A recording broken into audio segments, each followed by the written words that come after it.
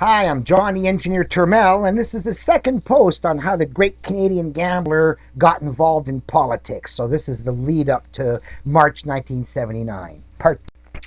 So, the police were also searching for the 3 million as the proceeds of crime. It had been different in Toronto. There, the police had told me to get out of town with my ill gotten gains, or they'd charge me. The Ottawa police gave me no such choice. If I lose, penalties might be stiff. The new proceeds of crime laws mandate that I be left broke to avoid going to jail. Luckily, as reported in the Ottawa Sun quote of the week, I knew they weren't going to let me keep it, so I spent it all. But I faced fines of millions, which meant up to 10 years in jail for a broke man who can't buy his way out. They had wanted me to come to Ottawa and to give myself up to their search warrant, or they'd issue an arrest warrant for me Canada wide.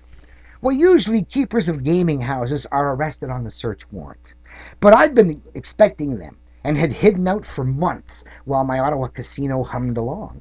I was in no mood to save them trouble and said I had to prepare my defense before giving myself up. Sergeant Cleary kept calling my lady, Pauline Morissette, asking that I give myself up or issue a Canada-wide arrest warrant. But I stayed holed up in Toronto, writing an affidavit in verse, iambic pentameter, of over 400 lines telling my story, which took about a week. Finally, the police announced at a press conference that a Canada-wide arrest warrant had been issued. I made a beeline to Ottawa to give myself up. The next day, many of our 122 casino employees marched outside the courthouse to protest losing their jobs. But there was nothing that anyone was going to be able to do about it. Now that the government had decided to use the Justice Department to attack me again, even if I'm acquitted again, the head start I had in the industry will be gone. If they show no case for charging a formerly acquitted person again, it'll be safe to say I'm one of the biggest robbery victims in Canadian history. What's even more unusual is that it was the government of Ontario that was doing the robbing. Should I be acquitted once again, you can bet I'll sue them for $1 billion.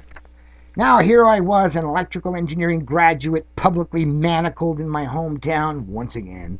Carleton University, my alma mater, certainly couldn't have been very proud. They had many clues I wasn't going to be an ordinary engineer. My engineering project was a computer program on poker, after I'd aced a new mathematics course which Carleton had just authorized, and which directly led me to Vegas. It was the mathematics of gambling taught by Dr. Walter Schneider, who'd also taught me my second year engineering mathematics and played in our friendly legal no rake-off poker game. In the gambling course, I learned about games that can be beaten in casinos and games that cannot. I learned how to beat blackjack. I turned out to be Walter's star pupil and he gave me an A+. After reading several books, my winning rate at poker increased by 100% from $8 an hour to $20 an hour in 1974. One day, Walter and I were having lunch at a local restaurant and hit upon the notion of an optimal betting curve, which could guarantee, when chasing a better hand, catching all situations where the odds are good enough to call, and avoiding all situations where they're not good enough to call, and, as a corollary, to guarantee, when in the lead, never giving an opponent a situation where the odds are good enough for him to call. Such a computer analysis had never been done, and Walter suggested that I apply to have a computer analysis of Canadian stud accepted as my fourth-year engineering project. And I did it with APL, a programming language, a very powerful new language at the time. Canadian stud, the most popular game in Canada at that point, was played just like five-card stud, but where one pair was beaten by a four straight, which was in turn beaten by a four flush, which was then beaten by two pairs. A simple variation. My project was presented to the 1976 Third Conference on Gambling at Caesars Palace in Las Vegas on December 21st, 1976.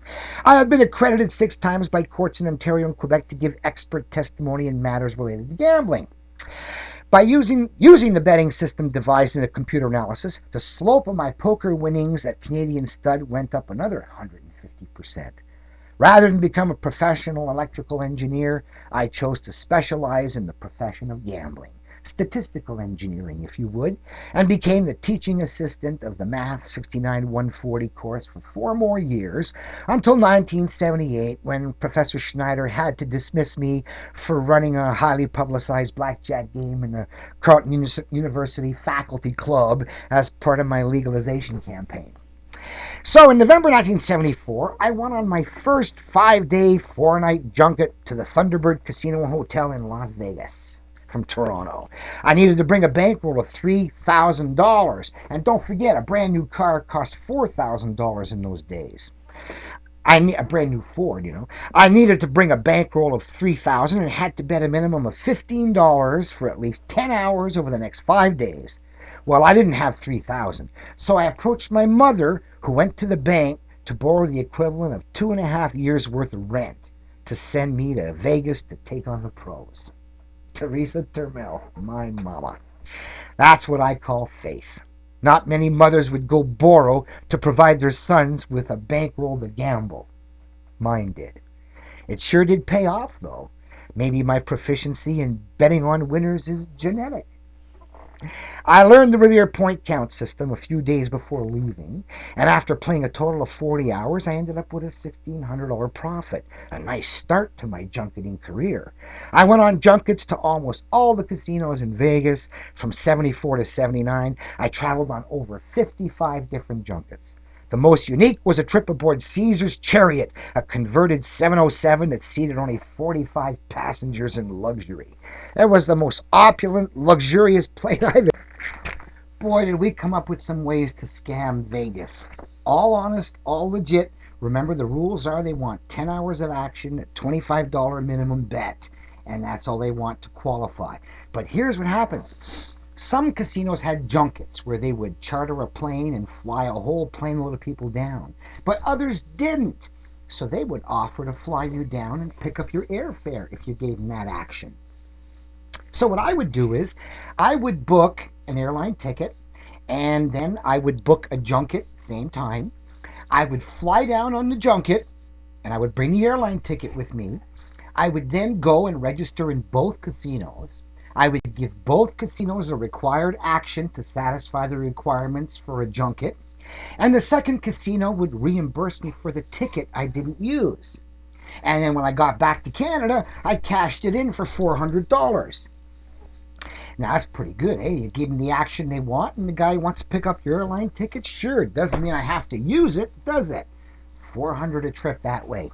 At the time, Canadian money was worth more than American. 2%. So you'd had a whole plane load of Canadians going down, and they brought their Canadian along because the casinos accepted it at par. And at the end of the trip, they'd say, "You want your Canadian back? We still got it." And most Canadians went, "Okay." Well, I took $9,800. I'd go to the bank. I'd buy 10 grand American. I'd bring American down. Get all these chips in my hand, and when I cash out at the end of the trip, they go, "You want Canadian?" I go, "Yeah."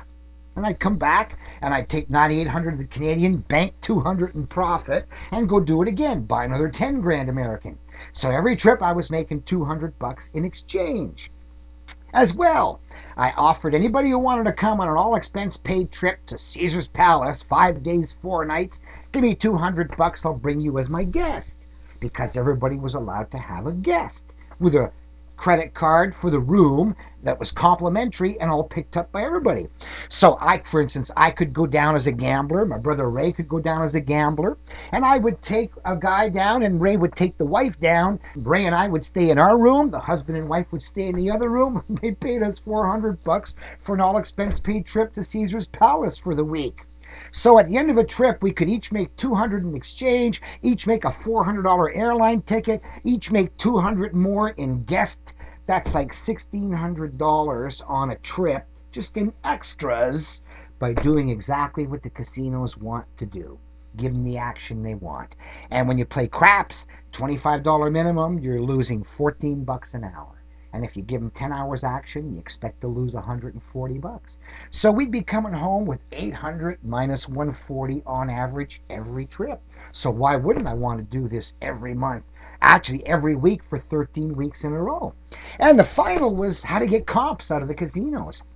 I'd wander in, and I'd buy myself $2,000-3,000 in black chips. I'd go to the crap table, lay 100 on a don't pass, point would come up, lay 400 more to get 2 at even money. Total cost of the bet, $1.40 on the first 100, the other 400 free.